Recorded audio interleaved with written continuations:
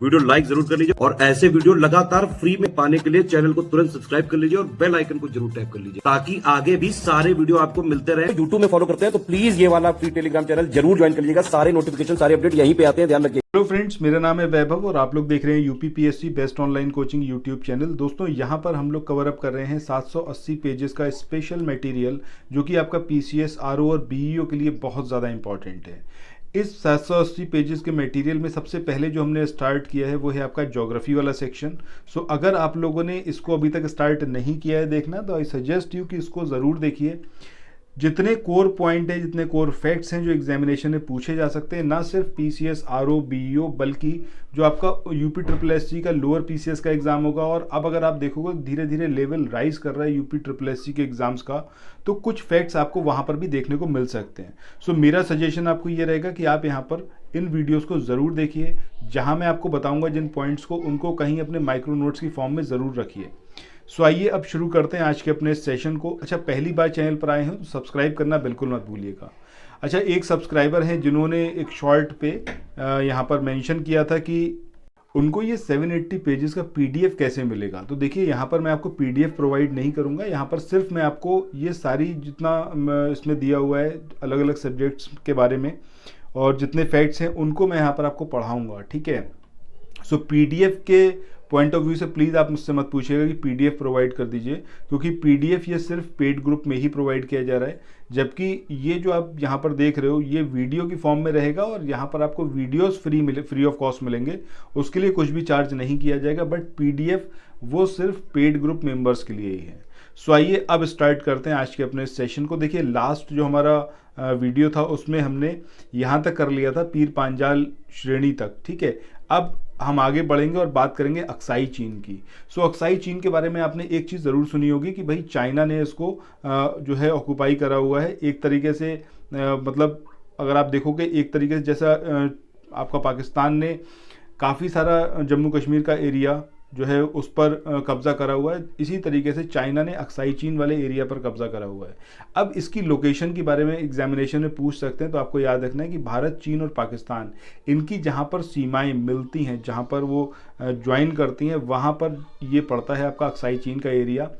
और ये वो भू क्षेत्र है, वो भूभाग है जो कि 1962 के युद्ध के बाद चाइना ने इस पर कब्ज़ा कर लिया था। तब से अगर हम देखें तो भारत चीन के बीच में जो सीमा विवाद है उसका एक मुख्य बिंदु ये अक्साई चीन वाला एरिया रहा है।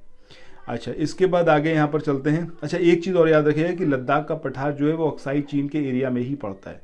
सो यहाँ पर आपको 2 पॉइंट अक्साई चीन के बारे में याद रखने। पहला, इंडिया, पाकिस्तान और चाइना, इनकी जो सीमा रेखा जहाँ पर मिलती है उस पॉइंट पर ये अक्साई चीन वाला क्षेत्र है, और यहाँ पर लद्दाख का पठार जो है वो भी इसी के अंदर पड़ता है। चलो आगे देखते हैं। अगला यहाँ पर है कि जो आपका पश्चिमी हिमालय, अगर आप लोग उत्तर प्रदेश पीसीएस की तैयारी कर रहे हैं, आप आरओ की तैयारी करना चाहते हैं, बीईओ की तैयारी करना चाहते हैं, इन तीनों एग्जाम की अगर आप तैयारी करने चाहते हैं तो स्टडी फॉर सिविल सर्विसेज के कोर्सेज को आप ज्वाइन कर सकते हैं कंप्लीट तैयारी के लिए। ये वन स्टॉप डेस्टिनेशन है। यहाँ पर आपको सब कुछ मिलेगा, जिसमें स्टडी मटेरियल रहेगा, टेस्ट सीरीज रहेंगी, पेड क्विज रहेंगी, सब कुछ आपको एक ही जगह पर मिलेगा।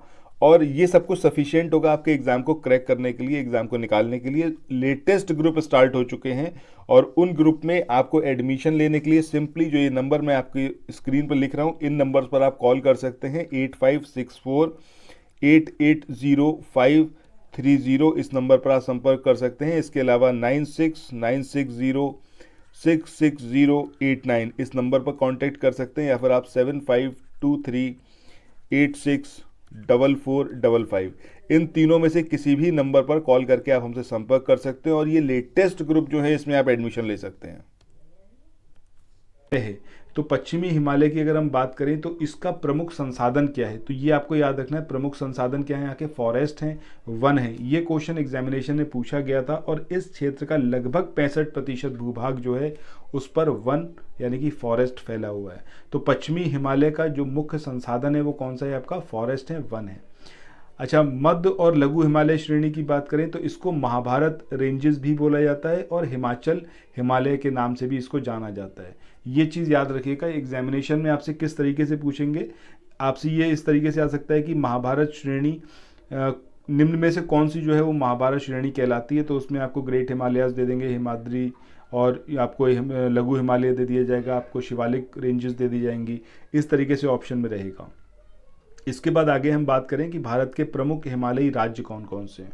सो जैसे ही मैंने हिमालयी राज्य बोला, आपके जहन में सबसे पहले तो जम्मू कश्मीर आएगा, जम्मू कश्मीर के बाद हिमाचल प्रदेश आएगा, उत्तराखंड आएगा, सिक्किम आएगा। तो एक लंबी लिस्ट है, ठीक है। जैसे आप देख रहे हो यहाँ पर जम्मू कश्मीर है, हिमाचल प्रदेश है, उत्तराखंड है, सिक्किम है, अरुणाचल प्रदेश है, मेघालय, नागालैंड, मणिपुर, मिजोरम, त्रिपुरा, ये सारे वो राज्य हैं जिनमें हिमालय की रेंजेस जो हैं फैली हुई हैं। इसके अलावा अगर हम बात करें तो असम और वेस्ट बंगाल के जो पहाड़ी क्षेत्र हैं वो भी इसी के अंतर्गत आते हैं।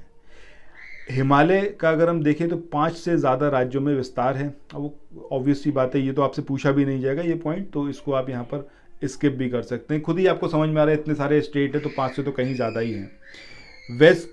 वेस्टर्न घाट्स की बात करें, वेस्टर्न घाट्स हो गया, गुजरात हो गया, महाराष्ट्र, गोवा, कर्नाटक, तमिलनाडु और केरल राज्यों में ये फैला हुआ है, ठीक है। अब ये जो है यहाँ पर हम बात कर रहे हैं किसकी, वेस्टर्न घाट की। तो वेस्टर्न घाट जो है आपका गुजरात, महाराष्ट्र, गोवा, कर्नाटक, तमिलनाडु और केरला, इन टोटल अगर हम बात करें तो 6 राज्यों में ये फैला हुआ है। तो अभी अगर हमने बात करी किसकी, सबसे पहले हमने बात करी हिमालय, ये कितने स्टेट्स में फैला हुआ है, तो ये कई सारे स्टेट्स में फैला हुआ है, उसके बारे में आपसे क्वेश्चन नहीं पूछा जाएगा। लेकिन आपसे ये वेस्टर्न घाट के बारे में क्वेश्चन पूछा जा सकता है कि वेस्टर्न घाट जो है कितने राज्यों में फैला हुआ है, तो और उन राज्यों के नाम भी आपसे पूछे जा सकते हैं। तो गुजरात, महाराष्ट्र, गोवा, कर्नाटक, तमिलनाडु और केरला, ये आपको स्टेट याद रखने हैं। किस पॉइंट ऑफ व्यू से, वेस्टर्न घाट के पॉइंट ऑफ व्यू से। इसके बाद एक इम्पॉर्टेंट पॉइंट और है, और वो है आपका पुलिकट लेक के बारे में। अब पुलिकट लेक जो है हिंदुस्तान की दूसरी सबसे बड़ी लेगून लेक है, ये आपको यहाँ पर याद रखना है, ठीक है। पहले नंबर पर कौन सी आती है लेगून लेक के मामले में, वो है चिल्का लेक। सेकंड नंबर पे आती है पुलिकट। ये एग्जामिनेशन में पूछा गया है कि पुलिकट लेक कौन कौन से स्टेट में फैली हुई है, तो आपको याद रखना है यहाँ पर तमिलनाडु और आंध्र प्रदेश का नाम, कि ये 2 स्टेट हैं जहाँ पर पुलिकट लेक पड़ती है, मतलब दोनों ही स्टेट्स में है। इसके बाद आगे हम बात करें विश्व की सबसे अधिक तीव्र ढाल वाली चोटी, इसका नाम क्या है आपका, राका पोशी। ये कहाँ पर है आपका, ट्रांस हिमालय में।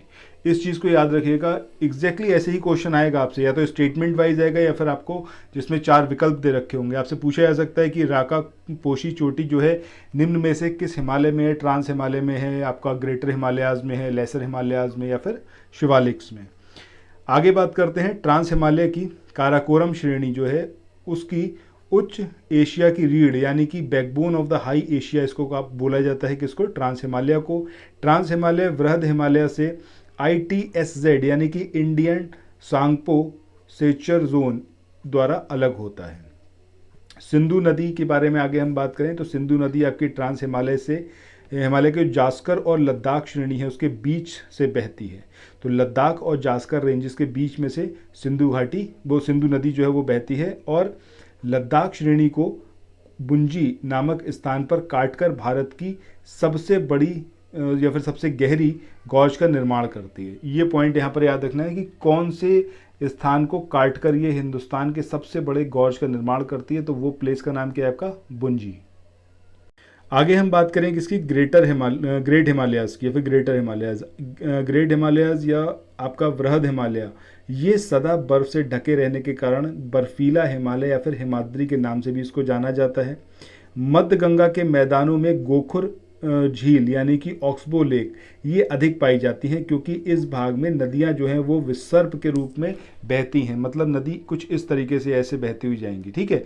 अब जब ऑक्सबो लेक का मतलब क्या है, फिर गोखुर लेक का मतलब क्या है, जब इस तरीके से नदी बह रही है तो धीरे धीरे ये जो पॉइंट है यहाँ पर ये कट जाएंगे और ये नदी कुछ इस तरीके से निकल जाएगी, मतलब नदी का जो अगला आएगा रास्ता वो इस तरीके से होगा, और ये जो पार्ट अलग हो गया ये कुछ यहाँ पर इस तरीके से रहेगा, तो इसको ही बोला जाता है आपका गोखुर लेक या फिर ऑक्सबो लेक। तो ये इसलिए है क्योंकि यहाँ पर जो हिमालय से आने वाली नदियाँ हैं ये विसर्प के रूप में बहती हैं, यानी कि टेढ़ी मेढ़ी होकर बहती हैं। इसके बाद वेलिकोंडा, पालकोंडा पर्वत और नागरी पहाड़ी, ये कहाँ पर है आपका, आंध्र प्रदेश में है, और भारत का शीत मरुस्थल लद्दाख इसको बोला जाता है। महाराष्ट्र की सबसे ऊंची चोटी कौन सी है आपकी, कल सुबाई है। इस पॉइंट को ज़रूर याद रखिएगा, वेरी इंपॉर्टेंट। अच्छा, ये कमेंट सेक्शन में आप लोग बताइएगा, यहाँ पर तो हम महाराष्ट्र की बात कर रहे हैं, उत्तर प्रदेश की सबसे ऊंची चोटी तो नहीं बोलेंगे क्योंकि पहाड़ तो नहीं है, ऐसा सच है, ठीक है। सबसे ऊंचा पॉइंट उत्तर प्रदेश में कौन सा है? इसके अलावा हरियाणा का बताइएगा और बिहार का बताइएगा। इन तीनों में कौन कौन से हाईएस्ट पॉइंट हैं, ये कमेंट सेक्शन में आप लोगों से एक्सपेक्टेड क्वेश्चन है। यूपी स्पेसिफिक ये क्वेश्चन है, जब मैं यूपी के बारे में बात कर रहा हूँ आपसे। तो अब हम बात करते हैं सतपुड़ा रेंजेस की। सतपुड़ा रेंजेस ये दक्कन पठार का पार्ट है, पहली चीज़ याद रखनी है। विस्तार कौन कौन से स्टेट में है? मध्य प्रदेश में और महाराष्ट्र में, दो में ये विस्तृत हैं। इन श्रेणियों के उत्तर भाग पर नर्मदा नदी और दक्षिण भाग पर ताप्ती नदी बहती है, यानी कि नर्मदा और ताप्ती, इसके बीच में जो ये रेंजेस हैं, ये कौन सी हैं? आपकी सतपुड़ा रेंजेस हैं। तो NST करके आप याद रख सकते हो या फिर इस तरीके से भी आप याद रख सकते हो। इसके बाद आगे हम देखें सतपुड़ा रेंजेस के बारे में। तो ये जो रेंजेस हैं इन दोनों नदियों के मध्य में स्थित हैं। अजंता श्रेणी महाराष्ट्र राज्य के औरंगाबाद जिले में स्थित है। ये क्वेश्चन एज इट इज़ पूछा गया है कि अजंता रेंजेस कहाँ पर है, कौन से स्टेट में, तो आपको याद रखना है महाराष्ट्र। धूपगढ़ चोटी, ये सतपुड़ा जो रेंजेस हैं इसकी सबसे ऊंची चोटी है, इंपॉर्टेंट पॉइंट है, पूछा गया है। यह सतपुड़ा राष्ट्रीय उद्यान पंचमढ़ी में लोकेटेड है। वेस्टर्न घाट को सह्याद्री के नाम से भी जाना जाता है, इसको हमने पहले वाले जो वीडियोस थे उसमें कवर अप किया हुआ है ऑलरेडी। इसका विस्तार पश्चिम तट पर गुजरात से लेकर तमिलनाडु तक लगभग 1600 किलोमीटर क्षेत्र में है। वेस्टर्न घाट की औसत ऊंचाई 1200 मीटर है। इस श्रेणी को उत्तरी महाराष्ट्र में सह्याद्री, केरला में साहा पर्वत के नाम से जाना जाता है।